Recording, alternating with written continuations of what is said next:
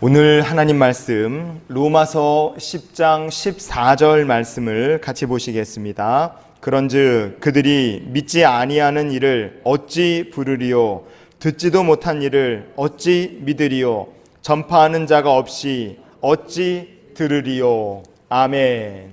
내가 예수를 믿게 된 것은 누군가 나에게 복음을 전해준 사람이 있기 때문에 그렇습니다. 내가 교회에 나오고 예배를 드리고 기도하고 하나님의 백성으로 살 수 있게 된 것은 우리를 위해서 복음을 전해준 사람이 있고 끊임없이 양육해준 사람이 있고 누군가 쉬지 않고 하나님께 한 영혼의 구원을 위해서 기도해준 사람이 있기 때문에 그렇습니다.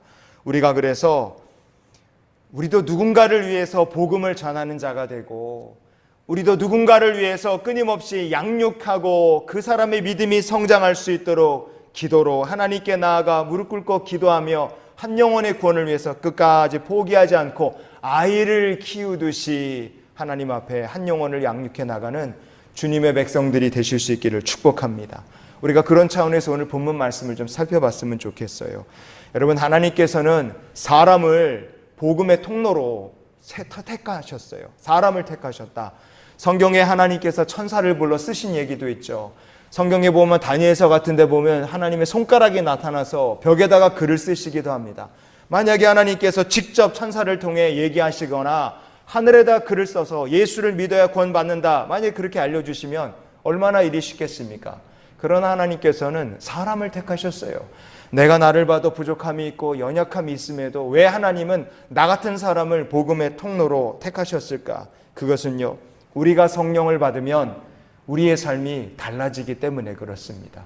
성령 받지 못한 나는 부족하고 연약하지만 성령께서 우리와 함께 하시면 능히 복음의 증인이 될 줄 믿으시기를 바랍니다.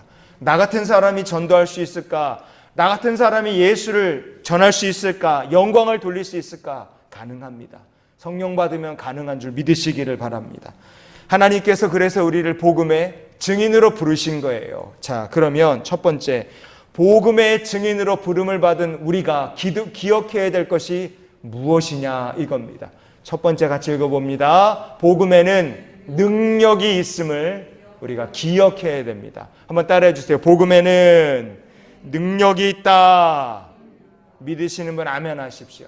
로마서 1장의 16절 말씀은 이렇게 얘기합니다. 이 복음은 모든 믿는 자에게 구원을 주시는 하나님의 능력이 됨이라. 아멘. 여러분, 복음에는 능력이 있습니다. 믿는 자에게는 복음이 놀라운 능력이 돼요. 그래서 복음을 영접한 사람, 예수가 그리스도시요 하나님 아들이시며 예수의 십자가에서 나의 옛사람과 죄는 다 함께 죽었고 나는 예수를 믿음으로 죄사함 받고 하나님의 자녀로 다시 태어났다. 나는 새로운 피조물이다. 여러분, 이 복음을 영접한 사람에게는 세상을 살아갈 희망이 생깁니다. 하나님께서 새 희망을 주시는 거예요. 당연히 그런 사람의 인생은 달라질 수밖에 없어요.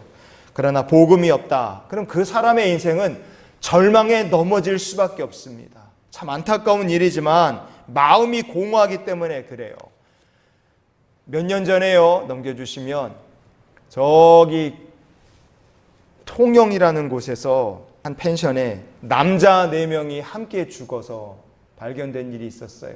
손님이 왔는데 너무 조용하고 퇴실할 시간이 됐는데도 기척이 없으니까 주인이 문을 뜯고 들어가 봤더니 안에서 남자 4명, 손님을 왔던 사람이 소주 10병을 나눠 마시고 수면제까지 마신 상태에서 안쪽에서 방에 창문하고 문틀을 다 테이프로 막고 그리고 번개탄을 피워서 그렇게 4사람이 죽은 거예요. 너무 참 기가 막힐 일이죠.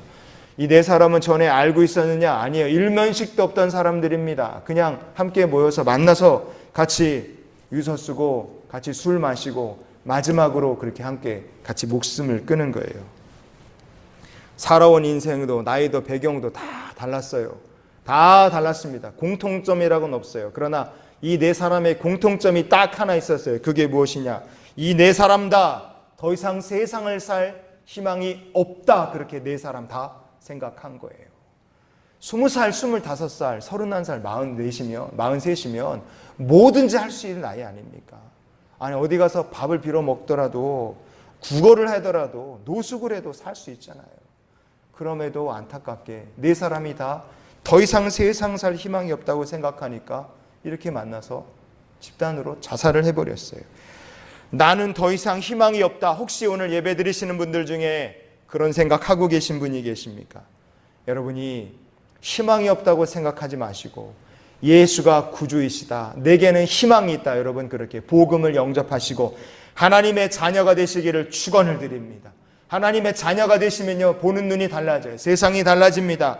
이유가 무엇이냐? 성경은 우리에게 이렇게 말씀하시기 때문에 그래요. 예레미야 29장의 11절 유명한 말씀입니다. 같이 읽어볼게요. 너희를 향한 나의 생각을 내가 아나니 평안이요 재앙이 아니니라. 너희에게 미래와 희망을 주는 것이니라. 아멘. 왜 내 인생은 이렇게 평안하지 못하냐? 왜 내 인생은 이렇게 재앙이 어려운 일이 가득하냐? 왜 내 인생은 이렇게 안 풀리냐? 삶에 이렇게 희망이 미래가 보이지 않느냐? 그렇게 생각하는 주의 백성들에게 하나님께서 말씀하신 거예요. 야, 너희들에게 내가 주고자 하는 것은 복된 약속 있는 미래고 희망이다. 하나님께서 그렇게 말씀하셨어요. 이스라엘 백성들에게만이 아니라 우리에게도 주신 하나님의 약속인 줄 믿으시기를 바랍니다. 혹시 성도가 세상에서 실패한다. 실패할 수 있죠. 잠시 인생이 넘어진다. 넘어질 수 있습니다. 그러나 중요한 것은 성도에겐 희망이 있고 다시 일어날 수 있다는 거예요. 왜냐? 성경에 또 이렇게 말씀합니다. 구약성경 미가서의 7장 8절을 보면 이렇게 얘기합니다. 나는 엎드러질지라도 일어날 것이요 어두운 데 앉을지라도 여호와께서 나의 빛이 되실 것이미로다. 아멘. 여러분 미가 선지자의 고백처럼 내가 지금 엎어져 있다 할지라도 나는 하나님께서 힘 주셔서 다시 일어날 것이다. 이 믿음의 고백으로 사는 성도가 되시기를 축복합니다. 내 인생이 지금 캄캄해요. 앞이 보이지 않습니다. 내 인생 어디로 가는지 도저히 모르겠어요. 깜깜한 밤에 빛 한 줄기 없는 인생 같아요. 그러나 여러분 걱정하지 마십시오. 빛 대신 하나님께서 여러분의 인생을 비춰주실 줄 믿으시기를 바랍니다. 이유는 간단해요. 복음에는 뭐가 있어요? 능력이 있어요. 우리가 누굽니까? 복음을 영접한 하나님의 자녀입니다. 그래서 복음을 믿은 하나님의 백성 자녀에게는 미래가 있고 희망이 있고 빛을 비춰주시고 엎어져 있음에 일으켜주실 하나님의 은혜가 있음을 믿으시기를 바랍니다. 우리가 그래서 예수의 이름으로 일어나야 돼요. 예수의 이름으로. 복음에는 능력이 있다는 것을 기억하면서 여러분 그 복음을 믿으시고 그 복음을 전하는 복음의 증인으로 살아가는 성도들이 되시기를 축원을 드립니다. 두 번째, 우리가 복음의 증인으로 부름을 받았지 않습니까? 우리가 무엇을 기억하며 살아야 됩니까? 두 번째는요, 읽어봅시다. 복음을 믿는 자에게 더 좋은 소망이 있음을 우리가 기억해야 됩니다. 더 좋은 소망이 있다는 거예요. 미국의 퓨 리서치라는 회사가 있습니다. 여기서 전 세계 17개의 나라를 대상으로 조사를 했어요. 표가 작아서 잘 보이지 않으시겠지만 이런 표를 이제 조사를 한 겁니다. 뭘 물어봤느냐? 17개 나라, 각 나라 2만 명씩 국민들을 대상으로 당신의 인생에서 제일 중요한 게 뭡니까? 하나, 둘, 셋, 넷, 5개 꼽아봐라 그랬어요. 1번부터 5번까지 인생에서 제일 중요한 거 5개. 17개 나라한테 물어봤는데 1등 제일 중요하다 생각하는 게 14개 나라에서는 넘겨주시면 가족이 제일 중요하다. 그렇게 사람들이 대답한 거예요. 호주, 뉴질랜드, 스웨덴, 프랑스, 그리스, 독일, 캐나다, 싱가포르, 이탈리아, 네덜란드, 벨기에, 일본, 영국, 미국 14개 나라는요. 야, 가족이 제일 중요해. 그렇게 얘기한 거예요. 그런데 다른 대답을 한 나라들이 있어요. 스페인 같은 나라는 건강이 제일 중요하다. 그렇게 얘기를 하고요. 대만 같은 나라는 국가의 안전이 제일 중요하다. 왜냐하면 대만은 중국한테 계속 시달리고 있잖아요. 그러니까 이 나라는 언제 나라가 망할지 모르니까 국가 안전이 제일 중요하다. 그렇게 국민들이 대답한 사람이 많았어요. 근데 딱 한 나라만 답이 달라요. 아예 답이 다릅니다. 그게 어떤 나라입니까? 대한민국이에요. 대한민국 사람만 material well-being, 잘 먹고 사는 게 중요하다. 내가 경제적으로 잘 사는 게 중요하다. 돈이 제일 중요하다고 대한민국 국민만 딱 얘기했어요. 17개 나라 중에 딱 한 나라만 돈이 제일 중요하다가 1번이에요. 그리고 나서 가족이 3번에 있어요. 돈이 제일 중요하고 건강, 내 건강이 제일 중요하고 그 다음에 3번이 가족이에요. 여러분 그러니까 애들한테 너무 있는 거 없는 거 다 퍼주지 마세요. 애들 키워봐야 저도 부모님한테 전화도 잘 안 하고요. 찾아가서 밥 한 끼 같이 안 먹는 거 보니까 특히 아들은 키워봐야 말짱 꽝인 것 같아요. 그러니까 여러분은 너무 이렇게 자녀 교육 뭐 그런 거에 몰빵하지 마시고요. 그냥 하나님과 함께 머티리얼 웰빙, 돈 많이 벌고 잘 사는 것이 아니라 스피리추얼 웰빙, 성령의 충만함으로 사는 삶에 여러분 소망 가지고 사는 성도가 되시기를 바랍니다. 우리가 참 남다른 나라를 살죠. 대한민국이라는 나라는 어찌 보면 돈에 미쳐있는 나라다 이렇게 볼 수 있어요. 그게 어른들만의 얘기가 아닙니다. 다음 넘겨주시면요. 흥사단이라는 곳에서 이런 조사를 했어요. 너 10억이 생긴다면 감옥에 갈래? 10억. 큰 돈이죠. 10억 생기면 감옥에 갈래? 이렇게 물어봤더니 우리나라 중고등학생 2만 1,000명을 대상으로 조사를 한 거예요. 2만 1,000명. 그랬더니 초등학생의 16%는 간다. 중학생의 33% 나는 10억이면 감옥 간다. 고등학생은 47%가 감옥 간다고 얘기를 했어요. 대학생은요 51%가 감옥 간대요. 이제 반절 넘는 거죠. 애들이 머리가 참 영악한 것 같아요. 10억 준다 그러면 초등학생의 16%가 감옥을 간다. 야, 이게 참 어쩌다 세상이 이렇게 됐겠어요. 우리나라가 그만큼 돈에 미쳐 있는 거예요. 그 퓨 리서치라는 곳에서 당신 인생에 제일 중요한 게 뭡니까 물어볼 때 경제적으로 잘 사는 거, 그거 대답한 게 결코 우연이 아니었습니다. 한국 사람들의 제일 큰 소망이 뭐냐? 부자 되는 거, 잘 먹고 잘 사는 거예요. 여러분 어떠십니까? 여러분 어떤 소망 가지고 계세요? 근데 정말 부자가 되고 잘 먹고 잘 살면 모든 문제가 다 해결되고 행복하냐? 천만의 말씀이 그러지 않습니다. 정말 중요한 것이 무엇이냐? 성경은 우리에게 이렇게 얘기를 해줍니다. 히브리서 7장의 19절 말씀을 같이 한번 보시겠습니다. 시작. 이에 더 좋은 소망이 생기니 이것으로 우리가 하나님께 가까이 가느니라. 아멘. 복음을 영접하면 뭐가 생기느냐? 더 좋은 소망이 생긴다는 거예요. 더 좋은 소망. 전에는 세상에서 잘 먹고 잘 살고 싶고 부자 되고 싶고 성공하고 싶었어요. 그게 소망이에요. 전에는 그저 애들이 잘 되고 그저 전에는 우리 집이 잘 되고 그게 소망이에요. 그 외에 다른 게 없어요. 그런데 예수, 그리스도, 복음을 영접하면 신기하게도 더 좋은 소망이 생기는 거예요. 마음속에 어떤 생각이 들게 되느냐? 나는 하나님께 가까이 가고 싶습니다. 하나님 더 알고 싶습니다. 그런 소망이 생긴다는 거예요. 이게 돈 많이 벌고 잘 살고 잘 먹겠다는 소망보다 더 커지는 거예요. 이게 더 새로운 소망인데 더 좋은 소망이 생기는 거예요. 참 신기하죠? 전에는 똑같은 사람인데 예수 믿기 전, 복음을 영접하기 전 이걸 기준으로 해서 전에는 잘 먹고 잘 사는 게 이게 제일 좋은 소망이었던 사람이 예수 영접하고 나니까 복음을 영접한 사람이 하나님께 가까이 가기를 원합니다. 이게 제일 소망이 되는 거예요. 이게 복음의 능력입니다.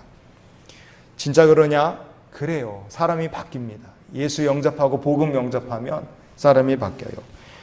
넘겨주십시오. 과학기술통상부, 우리 보통 과기부라 그러잖아요. 과학기술부에 1차관을 지낸 용홍택 차관이라는 분이 계십니다. 이분이 지금 한양대학교에서 교수 생활도 하고 계세요. 이분 고향이 저기 저 멀리 전라도 완도군 보길면 부황리라는 곳이에요. 완전 섬입니다. 섬. 진짜 섬이에요.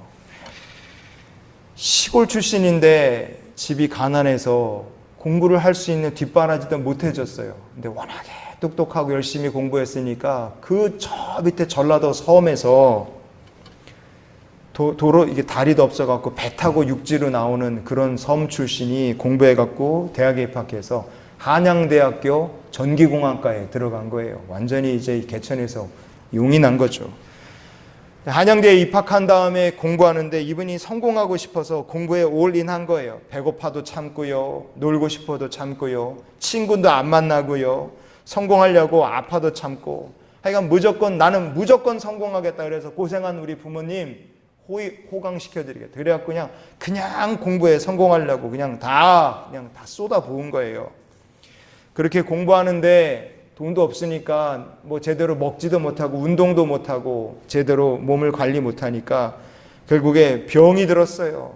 너무 아프고 힘든데 밥 사 먹을 돈도 없고 병원 가서 뭐 치료받고 약을 사 먹을 돈도 없어요. 그래갖고 너무 쫄쫄 굴다가 이분이 한양대 근처에 있는 교회에 간 거예요. 학교 근처에 있는 교회를 찾아갔어요. 예배를 드리려고 교회 간 게 아니라 밥을 얻어 먹으려고 교회 갔어요. 우리 코로나 전에는 교회들이 보통 다 주일날 예배 드리면 다 밥을 먹었잖아요. 그래서 이분이 밥 먹으려고, 밥 한 끼를 먹으려고 교회에 찾아가서 앉아서 이제 예배를 드리는 거예요. 몇 달을 그렇게 교회 와서 예배를 드리면서 예배에 참석을 해서 이제 드리고 밥을 먹고 가는 겁니다. 근데 참 신기한 게 뭐냐, 몇 달이 지나니까 이분이 믿음이 하나도 없는 사람이었는데 몇 달이 지나 그냥 계속 와서 앉아 있는데도 참 신기하게 몇 달 지나고 나니까 예배 시간에 갑자기 눈에서 눈물이 나더래요. 전에는요, 예배당에 오면 목적이 밥 먹으러 온 사람이기 때문에 그냥 앉으면 그냥 저절로 자는 거예요. 그냥 자고 있어 보면.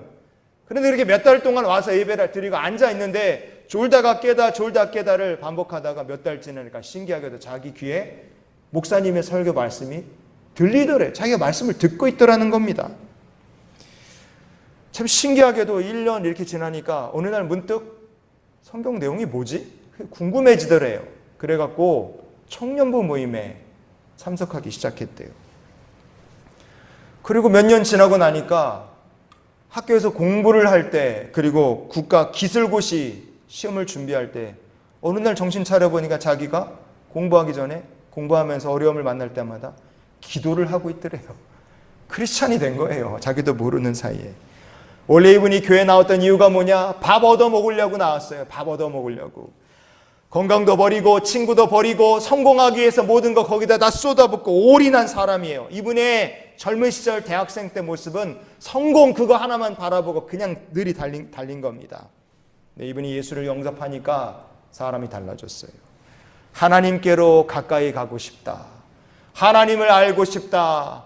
내가 만난 예수를 다른 사람도 알았으면 좋겠다. 그래서요, 이분이 제26회 국가기술고시에 수석을 합격했어요. 그리고 나서 이제 과학기술부에 들어가서 근무를 시작합니다. 쭉 근무를 이어가서 넘겨주시면 2013년에 과천에 있는 과학창조기술부, 지금의 과학기술부죠. 과학기술부에서 최초로 직장인 선교회를 만듭니다. 이게 공무원 사회에서 저런 거를 만든다는 게 굉장히 어려운 일이에요. 그런데 일개 참사관, 연구원에 불과했던 용홍택 선생님께서 공무원 신분임에도 불구하고 과천 청사에서 공무원 크리스찬 그리고 안 믿는 사람들을 전도하기 위해서 모여서 예배를 드리는 선교회를 만들고 초대 회장이 됐어요. 자기가 다 총대 맨 거예요. 잘못되면 옷벗을 각오하고 이런 걸 만든 겁니다. 이분이 저렇게 시작해서요, 예배 드리고 성실하고 사람이 정직하잖아요. 그래서 쭉 위로 올라가서요. 나중에 과학기술부 1차관까지 됐어요. 1차관 위에가 장관이에요. 참 하나님께서 그를 높여주신 겁니다. 지금 이 용홍택 장로님이세요. 수표고 감리교회 장로님이십니다. 제가 미국에서 잠깐 공부할 때 이 용홍택 장로님을 만나뵌 적이 있어요. 하루 같이 워싱턴 시내 이렇게 안내 같이 다니시면서 같이 식사도 하고 얘기도 하는데, 야, 그때가 권사님이셨는데 마치시고 들어와서 저걸 만드신 거예요. 그래서 제가 참 인상 깊었어요. 이분은 앞으로 모레도 하나님께서 복을 주시겠구나, 그렇게 생각했는데 그러고 나서 얼마 있다가 차관이 되시더라고요. 여러분, 하나님께서 헛된 꿈을 쫓는 인생은 복을 안 주십니다. 그러나 혹시 여러분의 자녀들이 예수 안 믿는다 할지라도 기도하세요. 하나님, 우리 애들이, 우리 손주 손녀들이, 내가 사랑하는 친구들, 가족이 교회에 와서 자는 한이 있더라도 하나님 이 성전에 와서 발을 딛고 예배 드리게 하옵소서. 졸다가 깨다를 반복하더라도 주여 이 성전에 와서 하나님의 말씀을 듣게 하옵소서. 언젠가는 변화되고 언젠가는 더 좋은 소망을 갖게 주님 역사에 주시옵소서. 여러분, 그렇게 기도하시는 성도들이 되시기를 바랍니다. 그리스도를 만나면 더 좋은 소망이 생겨요. 시편 62편의 5절 말씀, 나의 소망이 그로부터 나오는도다 그랬어요. 하나님을 바라보시는 성도가 되시기를 바랍니다. 하나님께서 주시는 더 좋은 소망을 가지고 살아가는 주의 백성들이 되시고, 여러분이 복음을 전도하는 그 사람들이 다 또한 더 좋은 소망을 갖게 되고 하나님이 주시는 소망을 갖게 될 줄 믿으시기를 바랍니다. 복음의 증인으로 사시는, 그래서 성도가 되시기를 바라요. 세 번째, 마지막으로 우리가 복음의 증인으로 부름받지 않았습니까? 뭘 기억하며 우리가 살아야 됩니까? 마지막 같이 읽어봅시다. 복음을 전하면 반드시 열매가 있음을 기억해야 합니다. 반드시 열매가 있다. 사도행전 17장 말씀에 보면요, 사도 바울이 저 그리스 아테네에 가서 복음을 전하는 얘기가 나옵니다.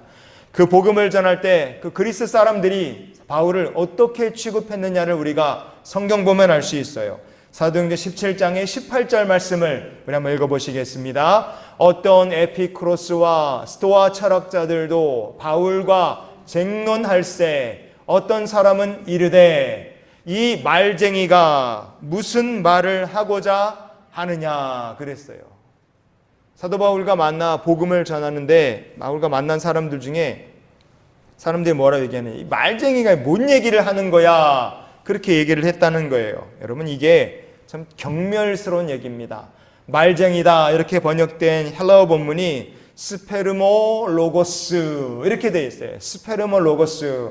이게 첫 번째, 사전을 찾아보면 스캐빈저, 그래서 뭐 이렇게 뭡니까, 우리가 하이에나라고 사람들 얘기하잖아요. 죽은 시체 이런 거 있으면 이렇게 막 뜯어먹고 이런 거, 그런 것처럼 독수리 같이, 하이에나 같이 이것저것 죽어 있는 거 있으면 가서 주워 먹고 쪼아 먹는 그런 사람, 넉마주의를, 이제 쓰레기 줍고 이런 거 줍는 사람들을 스캐빈저라고 사람들이 흔히 얘기합니다. 저 말쟁이라는 얘기가 쓰레기 뒤지는 사람이라는 뜻이에요. 쓰레기 뒤지는 사람이 여기저기 왔다 갔다 하죠. 그래서 이 스페르몰로고스라는 말은 남의 밭에 가서 수확하고 나서 떨어져 있는 나다를 여기저기 돌아다니면서 줍는 사람이라는 뜻도 있습니다. 그러니까 좋은 의미는 결코 아니에요. 이게 어떤 의미로 사람들이 바울에게 얘기했겠습니까? 사도 바울이 와서 철학자들에게 얘기하는 거예요. 예수가 그리스도고 하나님의 아들이고 그가 부활하셨다. 복음을 전할 때 사람들은 뭐라고 생각하냐면, 이 말쟁이는 여기저기 돌아다니면서 주워 들은 얘기를 가지고 와서 우리에게 말하는 사람이구나, 이렇게 깡무시한 거예요. 사도 바울을 무시한 겁니다. 이 말쟁이, 이거 지가 아무것도 없으면서 여기저기 돌아다니며 주워 들은 얘기 가지고 우리한테 말하는데 뭔 소리를 하는지 한번 드러나 보자. 그리고 이렇게 상대를 해준 거예요. 완전히 무시한 거죠. 사도 바울이 기분 나빴을 만해요. 사도 바울이 얼마나 자존심이 상하겠습니까? 바울이 공부를 못했느냐? 공부 많이 한 사람이에요. 무시당할 사람이 아닙니다. 굉장히 똑똑한 사람이었어요. 그런데 그렇게 대놓고 무시하는 그 사람들에게도 바울이 화내거나 분노하지 않았어요. 그들을 붙잡고 끝까지 예수가 구주이시고 복음을 계속 전한 거예요. 결과가 어떻게 됐습니까? 바울이 끝까지 복음을 전한 그 아테네의 선교의 결과를 성경은 이렇게 얘기를 합니다. 사도행전 17장의 32절을 먼저 봅시다. 읽어봅니다. 그들이 죽은 자의 부활을 듣고 어떤 사람은 조롱도 하고 어떤 사람은 이 일에 대하여 내 말을 다시 듣겠다 하니 그랬어요. 조롱하는 사람이 있었어요. 얼마나 얘기를 해도 며칠씩 얘기하고 간곡히 얘기하고 간절히 얘기해도 웃기는 소리 하고 있네, 그런 사람들이 있었다는 겁니다. 그러나 바울이 계속 얘기를 전하는 거예요. 들을 생각이 없는 사람들이지만 그냥 사도 바울이 무시당하고 멸시를 당하는 거 그거 상관치 않고 복음을 계속 전할 때 어떤 일이 있었느냐? 34절 말씀에 이렇게 얘기합니다. 읽어봅시다. 몇 사람이 그를 가까이 하여 믿으니 그 중에는 아레오바고 관리 디오누시오와 다말이라 하는 여자와 또 다른 사람들도 있었더라. 아멘. 여러분, 이거 대단한 얘기입니다. 조롱하는 사람들이 많았어요. 이 말쟁이라고 사람들이 폄하하는 그런 상황에서도 복음을 계속 전할 때 조롱하고 멸시하던 사람들 중에서도 몇 사람이 예수를 영접하고 복음을 받아들이고 하나님의 자녀가 되는 놀라운 일이 일어났다는 거예요. 여러분, 사도 바울의 아테네 선교가 우리에게 뭘 보여줍니까? 이게 실패한 선교라고 생각할 수 있습니다. 왜냐하면 몇 사람밖에 복음을 영접 못했으니까. 천만의 말씀입니다. 이거 실패한 게 아니에요. 우리에게 무엇을 보여주느냐? 복음을 전하면 반드시 열매가 나타난다는 것을 하나님께서 우리에게 보여주시는 거예요. 지금 힘들고 인생이 괴롭고 눈물 나는 사람에게 복음을 전하는 게 쉽겠어요? 아니면 한번 해봐. 아이 무식한 놈, 경멸하고 멸시하면서 이런 사람한테 복음을 전하는 게 쉽겠어요? 이게 훨씬 어려운 거예요. 비교 자체가 안 돼요. 그렇게 교만한 사람, 사도 바울을 경멸하고 조롱까지 했던 사람마저도 변화되는 역사가 나타났다는 거예요. 무슨 뜻이겠습니까? 여러분 주변에 때려 죽여도 예수 안 믿고 신앙생활 안 할 것 같은 사람이 있으십니까? 여러분 그 사람도 포기하지 마세요. 복음을 전하시면 아테네에서 몇 사람이 예수를 믿는 역사가 나타난 것처럼 하나님께서 여러분을 통해 그렇게 복음에 대해 조롱하고 멸시하는 사람마저도 생각이 바뀌고 마음이 바뀌어서 하나님의 자녀가 되게 역사하실 줄 믿으시기를 바랍니다. 로마서 10장의 17절 말씀, 오늘 말씀의 결론 삼아 보시겠습니다. 그러므로 믿음은 들음에서 나며 들음은 그리스도의 말씀으로 말미암았느니라. 아멘. 가르쳐주는 사람이 없는데 어떻게 예수를 알고 믿겠습니까? 들은 게 없는데 어떻게 복음을 알겠어요? 여러분, 그렇기 때문에 우리가 복음을 전하는 자가 되고 말씀을 들려주는 자가 되고 하나님의 말씀을 가르쳐주는 주의 백성이 될 수 있기를 원합니다. 복음의 통로로 부지런히 살고 예수의 십자가 구원을 선포하는 하나님의 백성이 되시기를 바랍니다. 결과는 어떻게 하는 거예요? 결과는 하나님께 맡기는 거예요. 여러분의 책임이 아니에요. 전하는 것까지가 우리가 할 일이에요. 사람이 변화되는 건 하나님이 역사하실 일입니다. 왜냐? 하나님의 복음에는 능력이 있고 역사가 나타날 것이기 때문에 그렇습니다. 오늘 말씀을 정리해 봅시다. 하나님의 복음에는 능력이 있습니다. 복음을 영접한 자에게는 더 좋은 소망을 주십니다. 그래서 우리가 그 복음을 힘써 전해야 됩니다. 이런 기도로 그래서 한 주간을 살았으면 좋겠어요. 같이 읽어봅시다. 주님, 저를 복음의 증인으로 사용하여 주옵소서. 아멘. 복음의 통로로 하나님의 거룩한 나라 영광을 위하여 살아가는 그리스도의 일꾼으로 이번 한 주간도 열심을 다해 예수와 함께 동행하는 주의 백성들이 되시기를 주님의 이름으로 축원을 드립니다.